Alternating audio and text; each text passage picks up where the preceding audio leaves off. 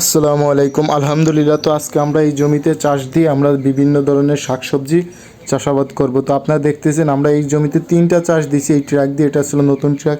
তো ওনাকে বলছি ডাবায় সুন্দর করে মাটি উঠে চাষ দিবেন।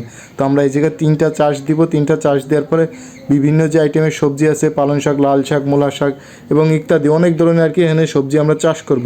তো আমরা বীজগুলো রোপণ করতেছিলাম। এইভাবে বীজগুলো ছড়িয়ে দিয়ে আমরা সুন্দর করে একটা চঙ্গো বা একটা সুন্দর একটা কাঠ নিয়ে আমরা মাটিগুলো সমান করে দিব। সমান করে দিয়ে যে আমি বীজগুলো কাটতেছিলাম, কেটে আমরা বীজগুলো আর কি রেডি করে আর কি আমরা মাটিতে রোপণ করব। রোপণ করার পর আমরা আর কি দিচ্ছি। আর এই যে জায়গাটা নালটা করে দিচ্ছি আর কি, পানি আটকে গেলে এই পানিটা যাতে বেরিয়ে যায় সেজন্য এই সিস্টেম করছি। আর আমাদের গ্রাম অঞ্চলের মানুষ ম্যাক্সিমাম চাষাবাদ করে খায়। ওনারা নিজেদের খাবারটা নিজেরাই তৈরি করে। আর এখানে আমরা কোনো কীটনাশক বা সার ওষুধ কোনো কিছু প্রয়োগ করি না।